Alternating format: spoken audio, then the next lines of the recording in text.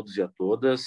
A gente vai dar início às atividades do segundo dia do UX Summit de Direito e para fazer a condução dos trabalhos do turno da noite de hoje e a mediação, a gente vai contar com a professora Jussara Machado, né, que eu agradeço por ter aceito o convite, né, e desde já, né, eu cumprimento também a querida colega professora Patrícia Montemeso, todos os que estão nos assistindo, especialmente ao pessoal também do suporte tecnológico da instituição e do marketing, né, e passo a palavra de imediato para a Jussara conduzir os trabalhos e agradeço aí a participação das queridas colegas. Uma boa noite a todos, então, também cumprimento, né, o Bruno, a Débora que está aqui no suporte e a nossa palestrante de hoje, a professora Patrícia, né. Então, pessoal, esse é o projeto UX Summit. A proposta é expor lives com conteúdos atuais e relevantes sobre temas relacionados à área do conhecimento do direito. A UX quer te ajudar nas escolhas profissionais e no planejamento de sua carreira. A UX Summit é um evento 100% gratuito, apresentando uma série de conversas e palestras com professores e empreendedores de expressão nacional, abordando diferentes aspectos e as perspectivas de cada profissão. Então, nós vamos falar sobre as possibilidades que existem na carreira do direito e quais os aspectos importantes relacionados a esse tema. Os professores vão contar suas experiências a fim de trazer o conhecimento sobre diferentes temáticas que possibilitarão uma grande esfera de aprendizagem na área do direito. Eu sou a professora Jussara, né? Meu nome é Jussara de Oliveira Machado Polezel, professora do curso de graduação em Direito da Universidade de Caxias do Sul e coordenadora do curso de Direito do campus universitário de Nova Prata. E é com grande satisfação que eu participo hoje desse projeto UX Summit, né, como mediadora. Gostaria de lembrar vocês, né, quem já estava aqui na palestra de ontem, né, nas palestras de ontem, mas quem está entrando hoje, né, que no hall de entrada nós temos os consultores da UX que atenderão no stand para que todos possam tirar as suas dúvidas sobre a UX e o curso de Direito. Então, na primeira live de hoje, o tema é Direito e Tecnologia e será ministrada pela professora Patrícia Montemeso, que é mestre em Direito, professora dos cursos de graduação e pós-graduação da UX, assessora da área jurídica na pós-graduação Lato Sensu, coordenadora das especializações em Direito e Processo do Trabalho, Direito e Tecnologia, advogada e conselheira da OAB Caxias. Então, agora passo a palavra para a professora Patrícia, para ela ter a nossa conversa conosco. Muito obrigada, professora Jussara. Boa noite a todos. Nossa, estou impressionada com o nosso público aqui, 92 participantes agora. Sejam todos muito bem-vindos. Quero inicialmente agradecer o convite que me foi feito pelo professor Bruno. Recebi com muito entusiasmo, muita alegria, né? Gosto muito né, de tecnologia, do direito aplicado à tecnologia, enfim. E para mim é um privilégio poder estar aqui essa noite. Então, muito obrigada pelo convite. Professora Jussara, muito obrigada pela apresentação. Débora, obrigada pelo suporte. Qualquer coisa, tu me ajuda aí, tá bom? Estamos estreando aqui, né, nessa plataforma. A gente costuma dar aula todo dia, mas sempre é uma novidade, né? O público sempre é diferente. Pois bem, pessoal, então, como a professora Jussara comentou, na universidade eu trabalho com uma disciplina que eu digo para os alunos que é o meu xodó, né? Que é o direito digital. Então, já faz mais de uma década que eu trabalho com essa disciplina, né? E também presto uma consultoria nessa área, já que eu também advogo nas horas vagas, né? Então, eu preparei para vocês um recorte um pouco diferente. Eu não vou falar propriamente de legislação, porque eu já tive experiência de falar sobre direito e tecnologia para o público jovem e eu me surpreendi muito positivamente, porque muitas informações de leis legais, portanto, que eu apresentei, eles já conheciam, eles já tinham uma noção. Então, pensei, não vou fazer mais do mesmo, né? Então, vou trazer para vocês aqui, na verdade, um panorama do direito, um panorama da advocacia, e dos tribunais, principalmente, com relação à tecnologia, aos avanços da tecnologia atualmente. Bom, então, agora foi, só um pouquinho. Então, a gente vai começar traçando esse paralelo, né? Falando um pouquinho sobre a influência da tecnologia no direito. Bom, a gente sabe que todos vocês sabem, né? Vocês são da era da informação, vocês já nasceram nesse contexto. Nós, eu, professora Bruna, professora Jussara, né? Imagino que nós somos contemporâneos, então nós viemos de uma época um pouquinho diferente. Nós estamos sendo jogados agora nessa realidade de tecnologia, de inovação. Mas a gente vive uma era, sem dúvida nenhuma, a era da informação, a era da hiperconectividade. Então, no início, só as pessoas eram conectadas, né? Hoje, não só as pessoas, mas também as coisas são conectadas. Então, nós somos ligados às coisas. Hoje, a internet das coisas, ela avança exponencialmente, né? E nós temos...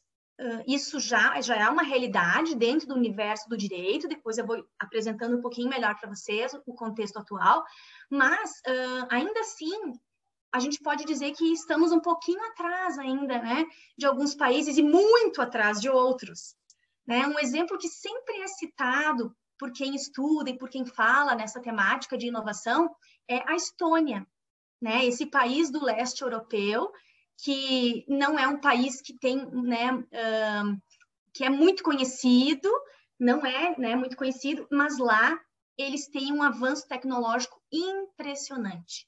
Eles utilizam lá informação digital, né, identidade digital, e eles têm, inclusive, um projeto que já está em testes, que se chama Tribunal Digital. Bom, então, antes de falar desse tribunal, vamos falar um pouquinho de como funciona lá na Estônia. Então, para vocês terem uma ideia, qualquer pessoa pode abrir uma empresa na Estônia através da internet. Estando em qualquer lugar do mundo, então consegue abrir uma empresa em poucos minutos. Então, se a gente for comparar aqui no Brasil, a burocracia que é para a gente constituir, né, abrir uma empresa, então isso é um grande incentivo para a inovação, né, essa facilidade. Então, as pessoas, as informações são todas conectadas.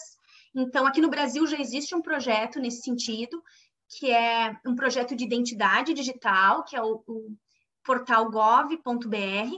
A ideia é que todas as nossas informações sejam concentradas e, com isso, que seja mais fácil compartilhar nossas informações. Então, por exemplo, os meus dados bancários, inclusive agora já está se falando, né, no Open Banking, é um projeto do Banco Central justamente para facilitar o compartilhamento de informações entre os prestadores bancários. Eu não vou dizer banco, né?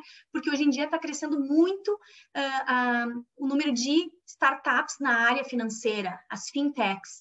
Então, com todo esse investimento e com a adoção dessa metodologia de Open Banking, vai facilitar muito a vida das pessoas. Claro que também existem riscos, mas, né, não vamos deixar os riscos para um segundo momento. Então, lá na Estônia, além de já existir isso de forma consolidada, também existe, como eu disse antes, um projeto já em fase de testes para implementar o Tribunal Digital. Até vou dar uma espiada aqui nas minhas anotações para usar, né, os nomes corretos. Então, eles têm lá o governo digital e está sendo implementado esse tribunal. Como é que vai funcionar, pessoal? Quem vai proceder o julgamento nesse tribunal digital não vai ser uma pessoa, e sim uma máquina, né, através de inteligência artificial. Então, a ideia é que causas de menor complexidade, processos mais simples, que não envolvem, assim, temas muito avançados, vamos dizer dessa forma, eles vão poder ser julgados de forma automatizada. Imaginem o que isso contribui para desafogar o Poder Judiciário, né? Não sei se nós estamos preparados para isso, mas só para trazer para vocês, então, um exemplo de um país que, na área do direito, já tem avançado muito em relação a isso. Então, qual é a influência da tecnologia no direito? É total.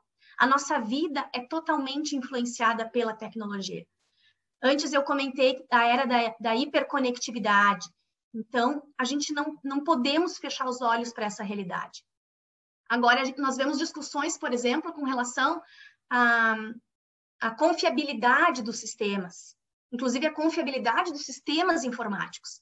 Eu acho que essa é uma discussão que já está ultrapassada, né? Já está ultrapassada. O papel do operador do direito, de quem trabalha com o direito, é fiscalizar, né? Ser um cão de guarda, vamos dizer assim, né? Para que realmente se diagnostiquem eventuais problemas, mas eu acho que a questão da confiabilidade, no meu entendimento, já está superada. Inclusive, discussões que existem com relação à confiabilidade nas urnas eletrônicas, né? Nossa votação, o nosso país está muito, muito à frente da maioria dos países do mundo inteiro, porque utiliza urnas eletrônicas na votação, né? Então, eu defendo que essa discussão está superada. Então, a tecnologia vai influenciar no direito, vai cada vez mais, mas a tecnologia já influencia no direito. Nós já temos hoje, então, tecnologia aplicada ao direito. O que nós já temos hoje?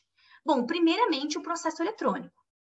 Então, hoje, aqui no Rio Grande do Sul e na maior parte do Brasil, qualquer pessoa que ingressar com uma ação judicial vai ingressar com uma ação eletronicamente. O processo já é eletrônico aqui no estado, pelo menos. Posso falar que eu tenho conhecimento efetivamente de causa, né? Todas as esferas da justiça já são automatizadas. Então, na justiça comum já temos processo eletrônico, na justiça do trabalho, de longa data já temos, e no âmbito da justiça federal também. Inclusive, a Justiça Federal foi a primeira jurisdição a adotar o processo eletrônico. Gente, isso é uma facilidade muito grande. O processo eletrônico contribui para acelerar o andamento, acelerar a resolução, né, dos processos, facilita a vida de todos, inclusive do advogado. O processo eletrônico é o que permitiu os advogados a transferirem seus escritórios para casa, né? Trabalhar em home office, os juízes também. Então, isso dá mobilidade, isso dá flexibilidade e segurança também. E segurança. A assinatura digital veio, inclusive, antes do processo eletrônico. E ela também, né? Atualmente, nós temos no Brasil o ICP, né? Que é a infraestrutura de chaves públicas, que é, na verdade, uma estrutura que foi criada pelo governo para possibilitar as assinaturas digitais. Então, a assinatura digital, ela corresponde, em termos de segurança, ao reconhecimento de firma que a gente faz lá no cartório. Só que com uma margem de assertividade, de certeza, de confiabilidade imensamente maior. Imensamente maior. Então, a assinatura digital ela é utilizada, inclusive, no processo eletrônico. Muitos, né, dos processos, dos sistemas de processo eletrônico utilizam a assinatura digital. Muitos contratos hoje são assinados também de forma digital, né? Bom, nós tivemos também agora o efeito pandemia, né, que já é um assunto até já batido, porque foi muito falado, né, as consequências da pandemia na realidade, em todas as realidades, em todas as áreas, não só no direito, mas a pandemia fez com que se acelerasse muito, né, a adoção de mecanismos tecnológicos. Olha o evento que nós estamos hoje aqui, por exemplo, né? Jamais imaginaríamos que seria possível, que seria interessante, que teria a mesma qualidade do que um evento presencial. A gente pode dizer que sim, né? Podemos dizer que sim. E também nós já temos inteligência artificial no Poder Judiciário. Já temos em diversas atividades, né? Mas no Poder Judiciário nós já temos. Nós já temos escritórios de advocacia, grandes departamentos jurídicos que utilizam, né, inteligência artificial. Só para falar um pouquinho mais, então, desse contexto que hoje permeia a área do direito, a justiça, já é uma realidade, já era antes da pandemia mesmo, uma realidade, o trabalho remoto, tanto de juízes quanto de servidores da justiça. A Justiça Federal e a Justiça do Trabalho são exemplos de jurisdições em que muitos funcionários trabalham em casa. Aqui no meu prédio, no andar de baixo, mora minha comadre, por exemplo, e ela é assessora de uma juíza de Santa Rosa. Então, vejam, ela mora em Caxias do Sul, ela assessora uma juíza que jurisdiciona em Santa Rosa. E isso já de longa data, né? Então, a pandemia, claro, contribuiu para trazer mais aceitação a esse tipo de atividade, mas também trouxe outras possibilidades. Por exemplo, a realização de audiências por videoconferências. No processo penal, isso já existia, né, professor Bruno? Já existia, né, para evitar o deslocamento de presos, então a tomada de depoimento deles, o interrogatório, muitas vezes era realizado lá no presídio, numa sala especial, transmitida, mas isso não existia no processo comum, né, no processo civil, no processo do trabalho. E agora a tendência é que isso se mantenha, que se realize por videoconferência sempre que possível. Além disso, também nós estamos vivendo uma mudança também com relação às intimações. As pessoas têm recebido intimação pelo WhatsApp, que uma vez, nossa, se questionava muito a confiabilidade desse tipo de procedimento. Então, vejam, discutir a confiabilidade, repito, para mim, eu acho que é uma discussão já ultrapassada. Temos essa realidade, né, que envolve o processo eletrônico, a assinatura digital, tudo que foi acelerado pela pandemia, e temos inteligência artificial. Então, discutir a confiabilidade, eu acho que não se pode, mas sim se pode entender como é que tudo isso pode influenciar, inclusive, no dia a dia do advogado. Vejam o que nós já temos em termos de inteligência artificial, pessoal. Aqui eu vou ter que fazer uma colinha, porque eu não sei de cor, né, as funcionalidades de todos esses sistemas. Eu coloquei aqui alguns exemplos. Nós temos muitos outros sistemas que contemplam inteligência artificial e que já são utilizados pelo Poder Judiciário. Então, eu vou começar pelo nosso tribunal, pela nossa Suprema Corte, né, que é o STF, o Supremo Tribunal Federal. O STF já há alguns anos utiliza um sistema de inteligência artificial chamado Victor. Né? O Victor, ele separa, classifica processos, eu não vou entrar aqui em termos muito técnicos, para não usar uma linguagem que fique difícil, não usar o juridiquês, né? Para não dificultar a compreensão de vocês. Mas ele tem uma taxa de assertividade, ou seja, uma taxa de erro muito pequena. A assertividade é muito grande, né? Então, a possibilidade de algum erro, né, na interpretação, ali na separação dos processos é muito pequena. Então, a inteligência artificial, ela contribui para isso. E estou falando para vocês de uma inteligência artificial que é considerada inteligência artificial fraca, ou débil. Todos esses sistemas aqui que ajudam muito o Poder Judiciário, eles usam uma inteligência artificial ainda muito incipiente, muito fraca mesmo, como o nome diz.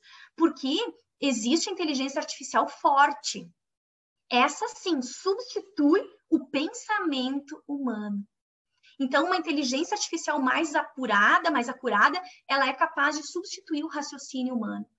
Né? Já existem vários projetos nesse sentido, mas estou trazendo para vocês o que já tem implementado.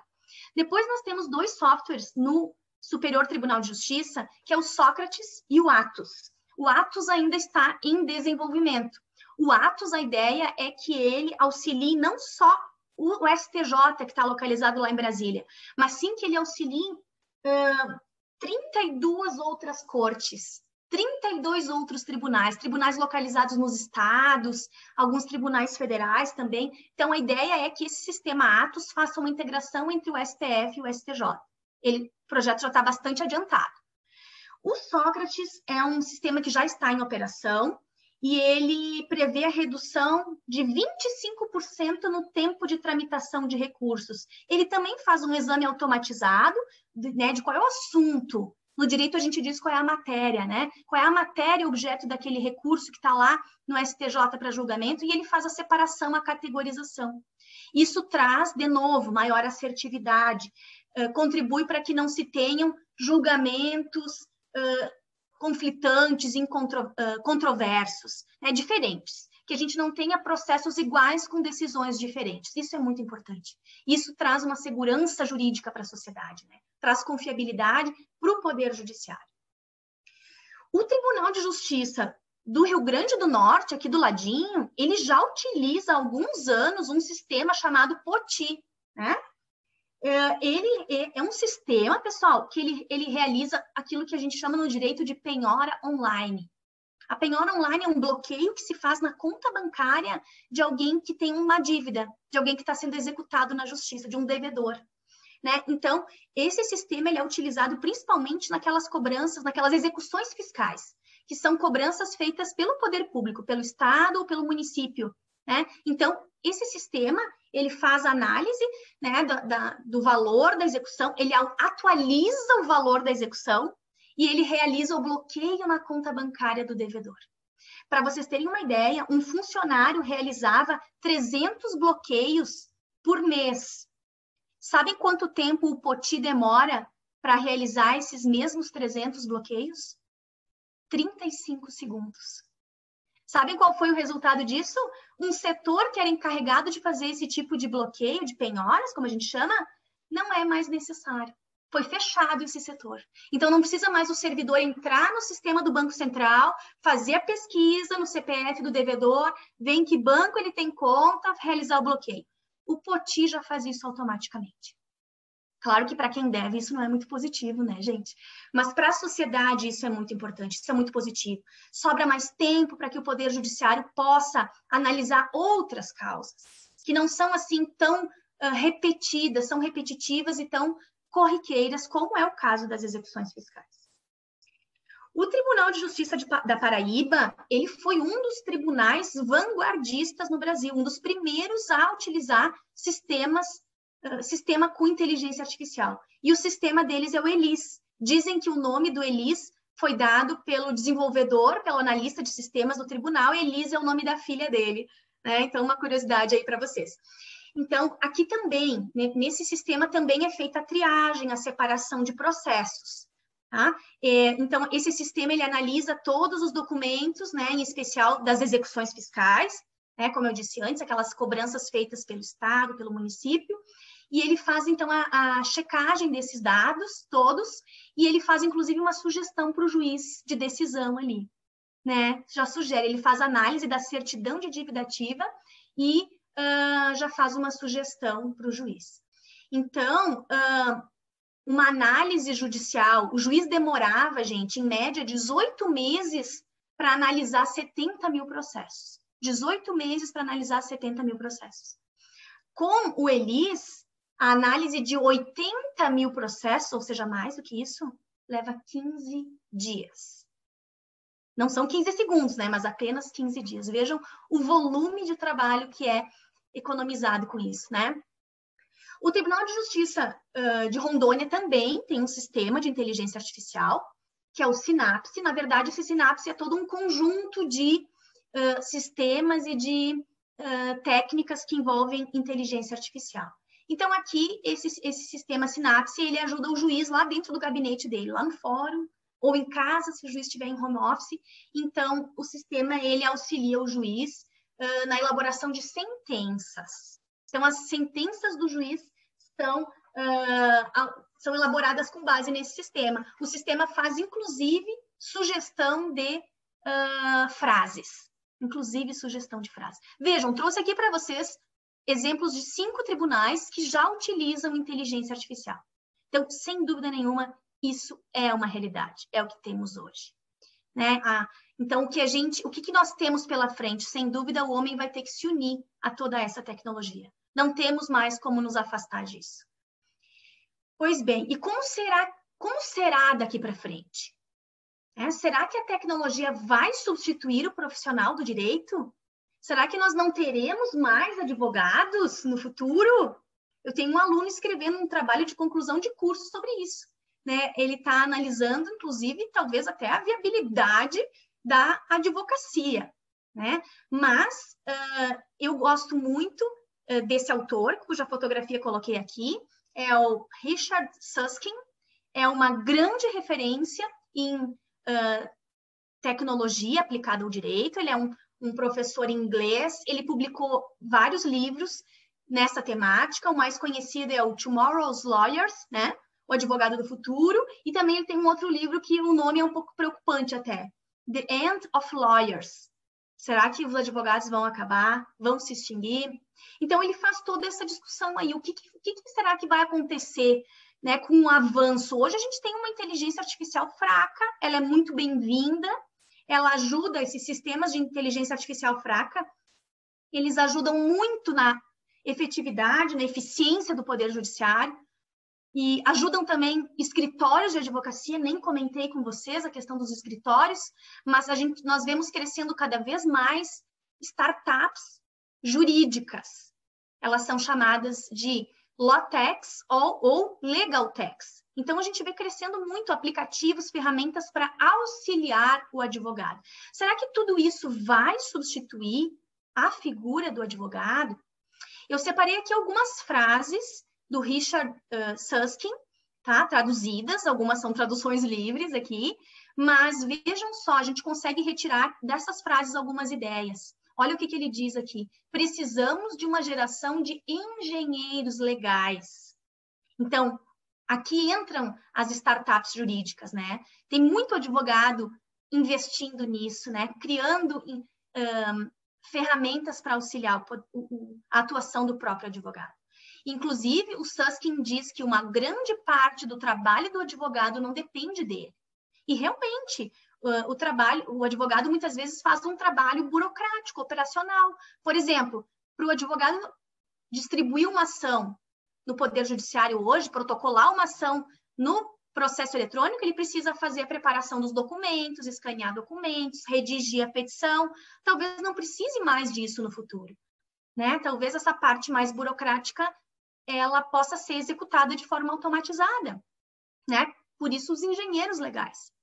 Então, ele defende, o Susskind, que os operadores do direito, aqui eu vou ampliar, não vou falar só dos advogados, mas eles têm que aproveitar as capacidades de leitura e escrita para desenvolver sistemas. Então, talvez a maior habilidade do advogado, do operador do direito, seja a leitura e a escrita. Se expressar muito bem, claro, com a fala, porque o processo, seja ele na área penal, seja ele no processo comum, trabalhista, ainda existe uma parte oral no processo. Existem fases que são orais, que são verbais, tem as audiências, tem o tribunal do júri no penal. Então, além da habilidade de fala, né, de expressão oral, também o advogado precisa ter uma expressão escrita muito boa. O juiz também, todos que operam no Poder Judiciário. Então, essas habilidades é que têm que ser exploradas e incorporadas nesses sistemas.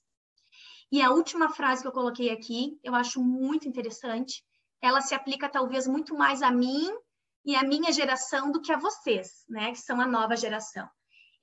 O Susskind diz que o direito passa por uma disrupção, quer dizer, está rompendo aí uma realidade, rompendo paradigmas, né, isso é uma disrupção. Sobreviverão aqueles que dominarem a tecnologia.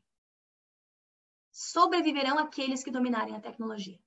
Por isso que eu defendo a bandeira de que a discussão sobre a confiabilidade desses sistemas, ela já está superada. Nós temos que realmente dominar a tecnologia, entender a tecnologia para poder fiscalizar o uso da tecnologia. Me parece que o caminho é por aí.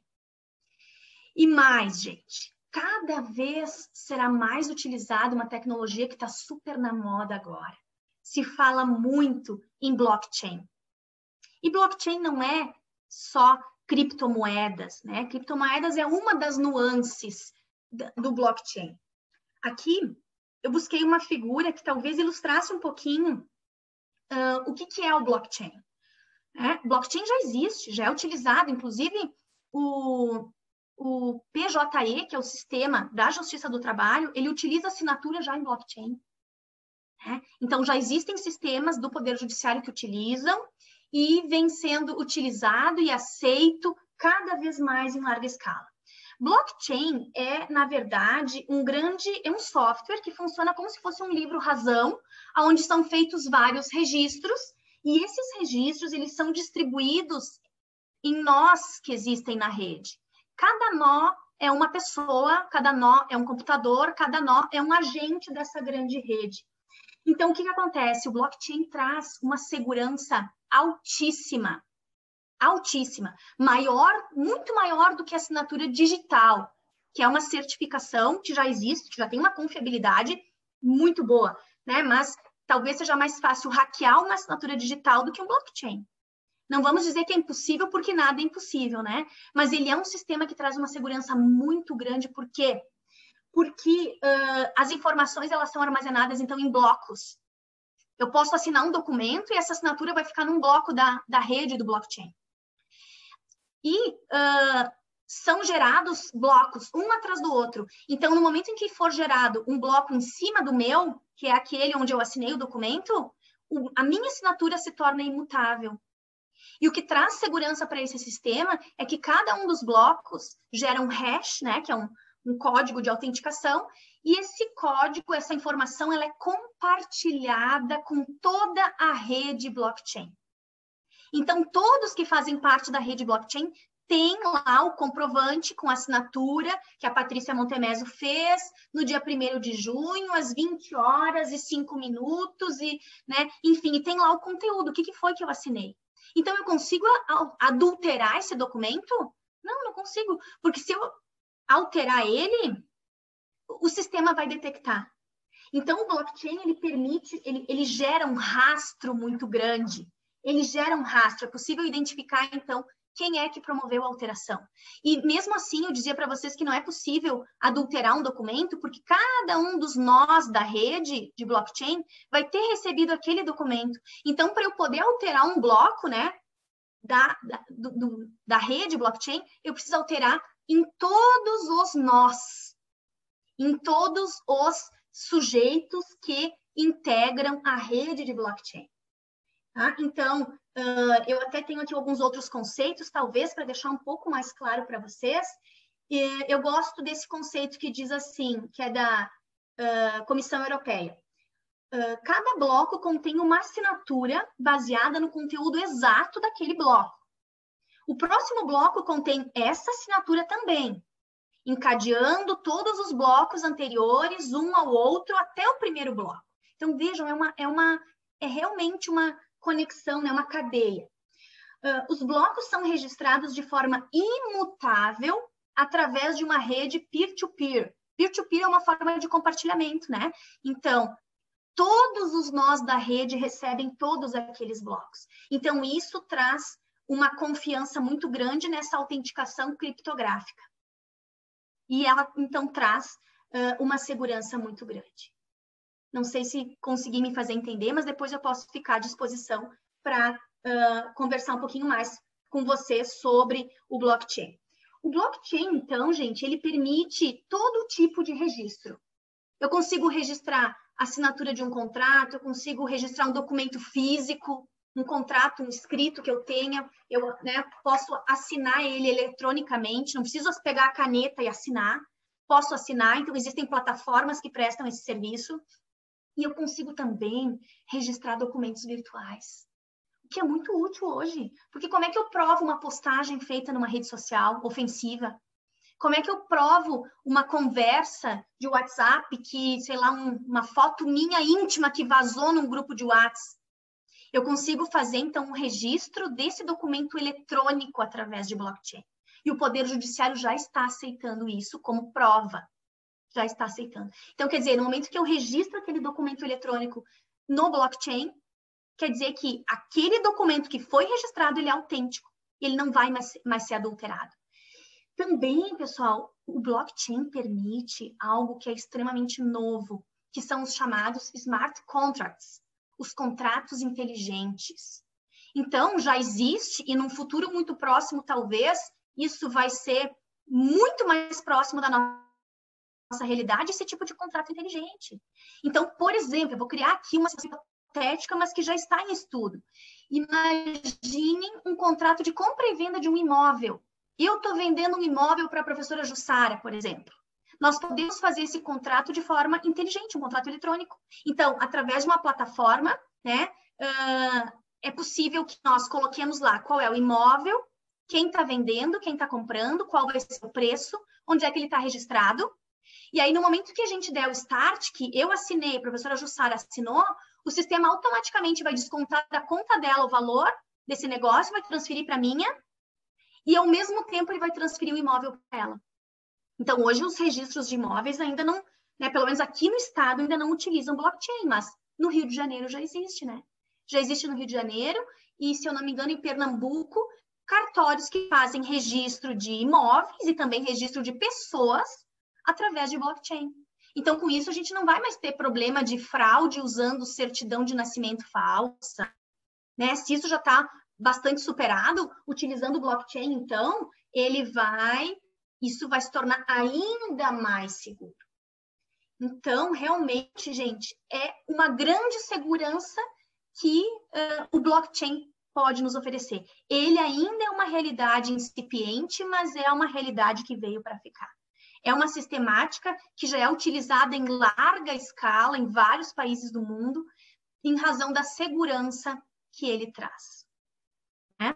Antes falei para vocês das LawTechs, das LegalTechs, então me parece que é esse o perfil do profissional do direito. Né? Ele se enquadrar, ele entrar nessa engrenagem e contribuir para esse sistema cada vez avançar mais. Né?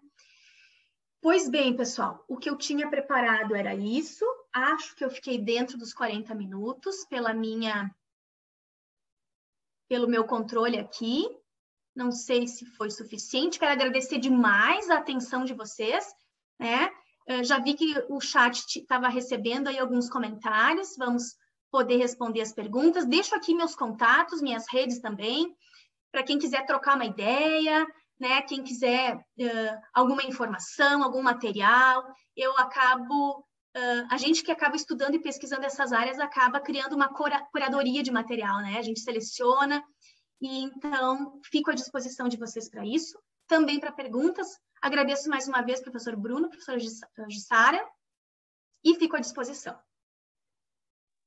Muitíssimo obrigada pela excelente palestra, né? Pela excelente fala, professora Patrícia, tá? Eu vou ler aqui para você alguns comentários, algumas perguntas que apareceram no chat, tá bem? O Roque comentou, né? Muito bom a abordagem do tema. Até 20 anos atrás, a Estônia sequer tinha acesso à internet. Investimento em tecnologia possibilitou que a Estônia pudesse ser referência em governo digital. E mais foi a soma de esforços de políticos, juristas, especialistas em tecnologia, e o projeto de ampla digitalização do país conta com uma sólida base jurídica. Então, esse foi o comentário do Roque. Exatamente. Me permite só um comentário, porque a internet comercial, ela começou em 1990, né? No mundo todo. Isso aí. O Marcos Vitório, ele fez uma seguinte questão, na verdade ele fez várias, tá? Então vou falar aos poucos. Ele colocou assim: boa noite, na questão da pós-pandemia, como a OAB e o MEC entendem a continuidade das aulas síncronas no curso de Direito? E é possível a continuidade dessas aulas síncronas e presenciais simultaneamente? A graduação em Direito é possível se quer que se torne totalmente EAD para reduzir os custos das mensalidades universitárias?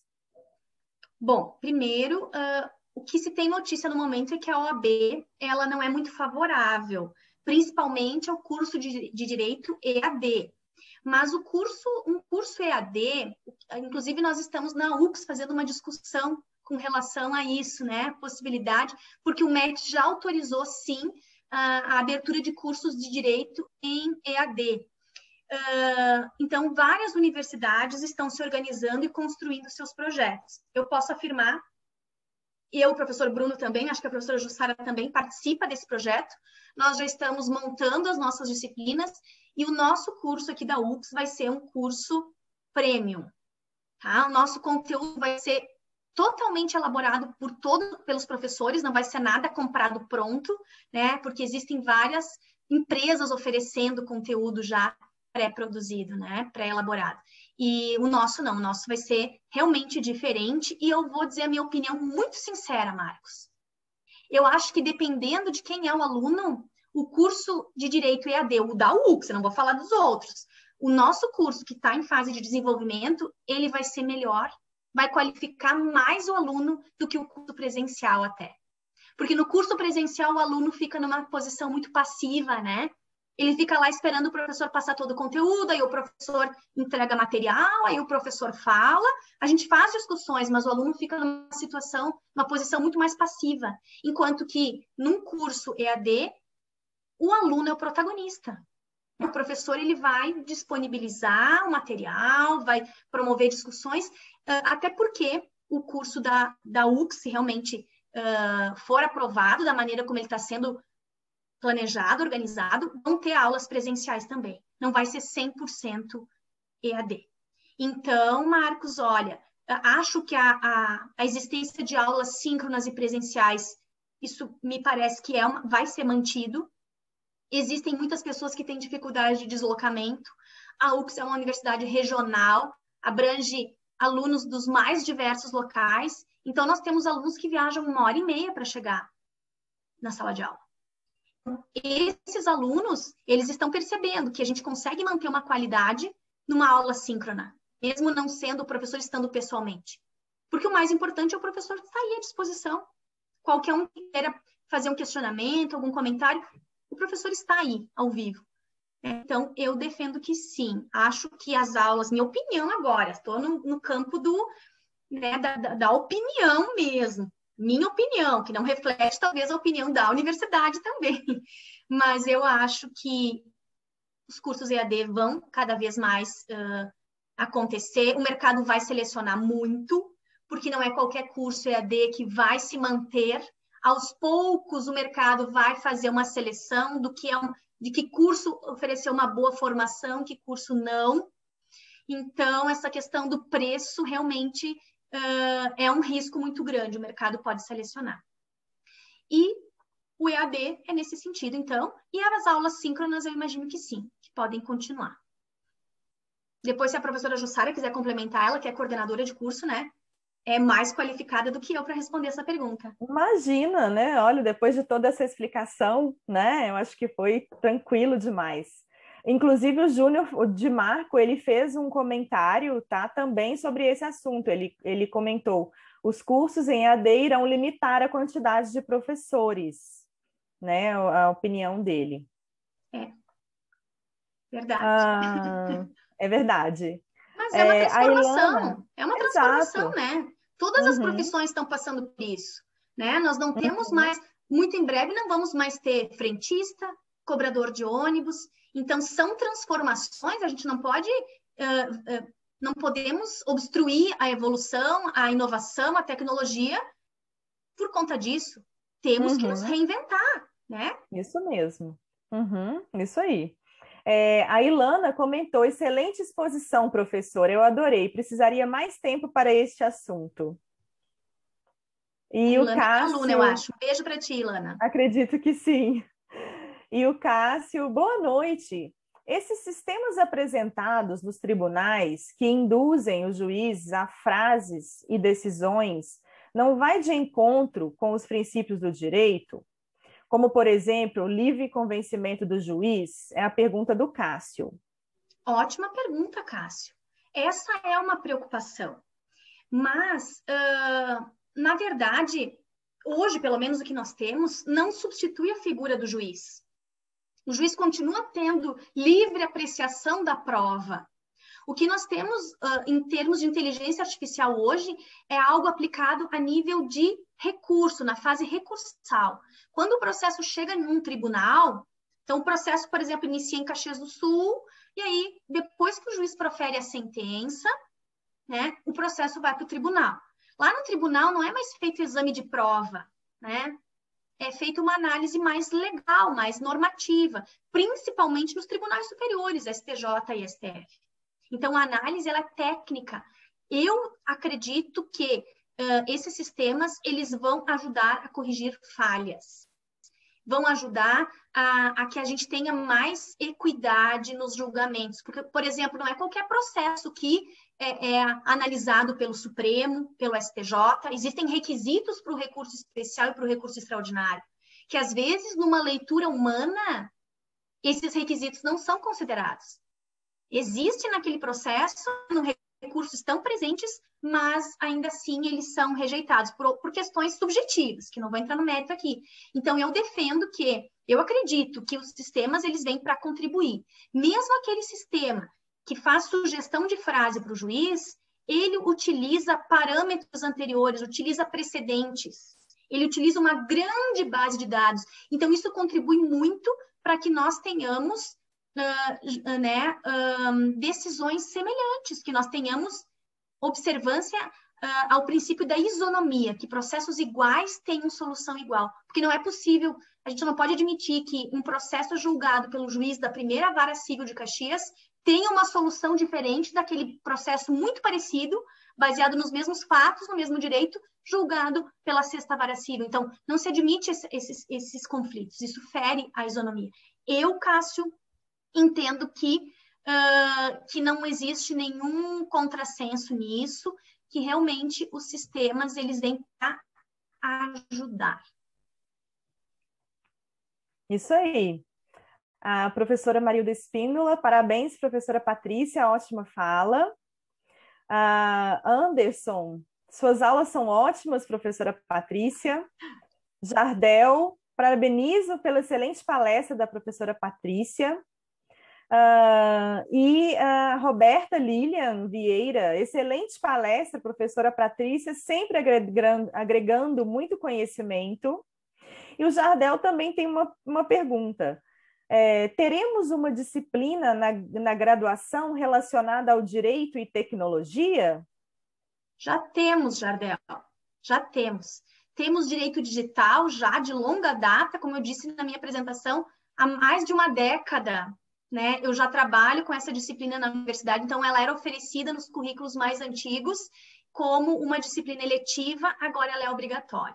Olha, o Luan está dizendo que já foi meu aluno nessa cadeira.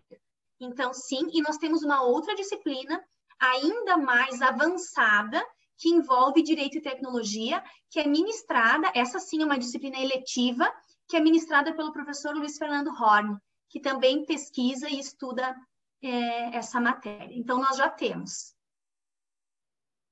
Isso aí. A Júlia também comentou, excelente aula, como sempre, né? Vamos ver agora o Derlei. A tecnologia a favor do direito, além de auxiliar muito o judiciário, entendo que também desonera.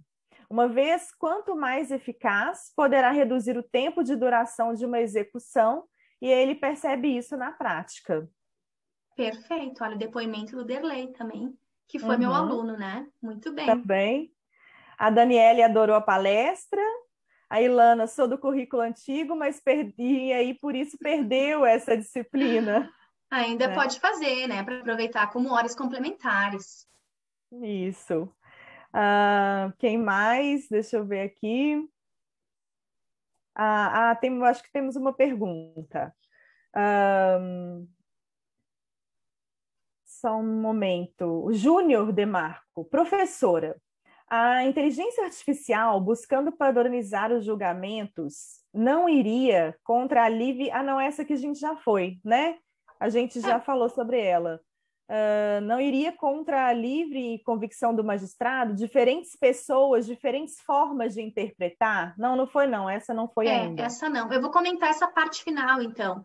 Tá. Olha, Júnior, eu acho muito arriscado diferentes pessoas, diferentes formas de interpretar. Eu acho isso muito arriscado. Isso não traz segurança jurídica para a sociedade. Segurança jurídica é processos iguais, conflitos iguais, julgamentos iguais. A ideia é que a inteligência artificial funcione na linha do depoimento do Derlei, que ela ajude a desobstruir o poder judiciário para que tanto o poder judiciário, tanto o juiz quanto os advogados possam se dedicar a construir novas teses jurídicas.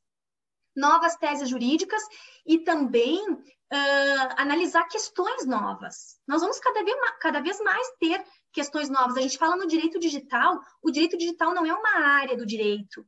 O direito digital existe dentro do direito civil, dentro do direito penal, dentro do direito de família, porque é a tecnologia que permeia a nossa realidade. Então, conflitos novos nós vamos ter a todo momento.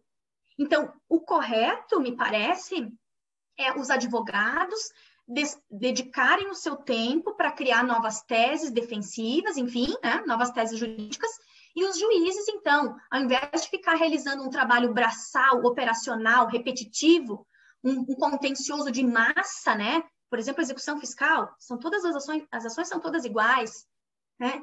Então, a ideia é que o sistema, que a inteligência artificial, ela auxilie, né, desobstruindo o Poder Judiciário para que o Poder Judiciário possa se debruçar com a calma que ações que envolvem temas diferentes exigem.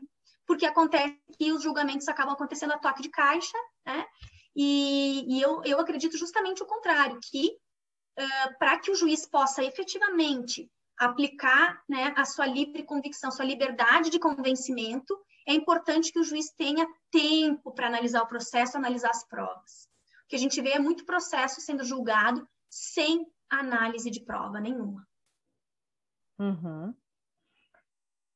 A Júlia também agradeceu, excelente aula como sempre. O Gabriel, muito bom o tema, excelente palestra, parabéns. O Jardel, perfeito, muito obrigado e nos veremos dessa disciplina no semestre que vem.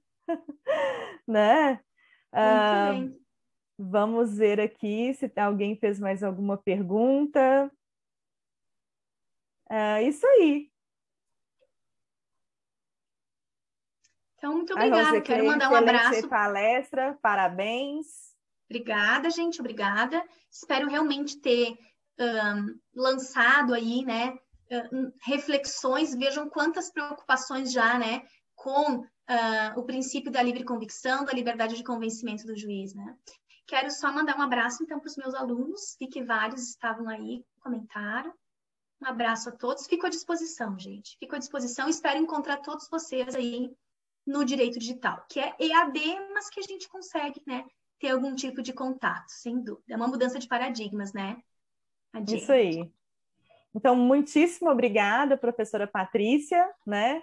E foi uma oportunidade ímpar aqui nessa conversa com você. Então, uma boa noite a todos, né?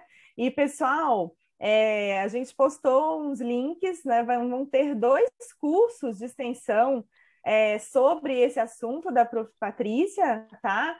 Que é Direito Digital e Prova Digital em Investigações Criminais, né? Então, eu vou postar aqui no chat mais uma vez. Participem, né? Vai ser muito interessante, sim, esses cursos também, tá certo? Uma ótima noite para vocês.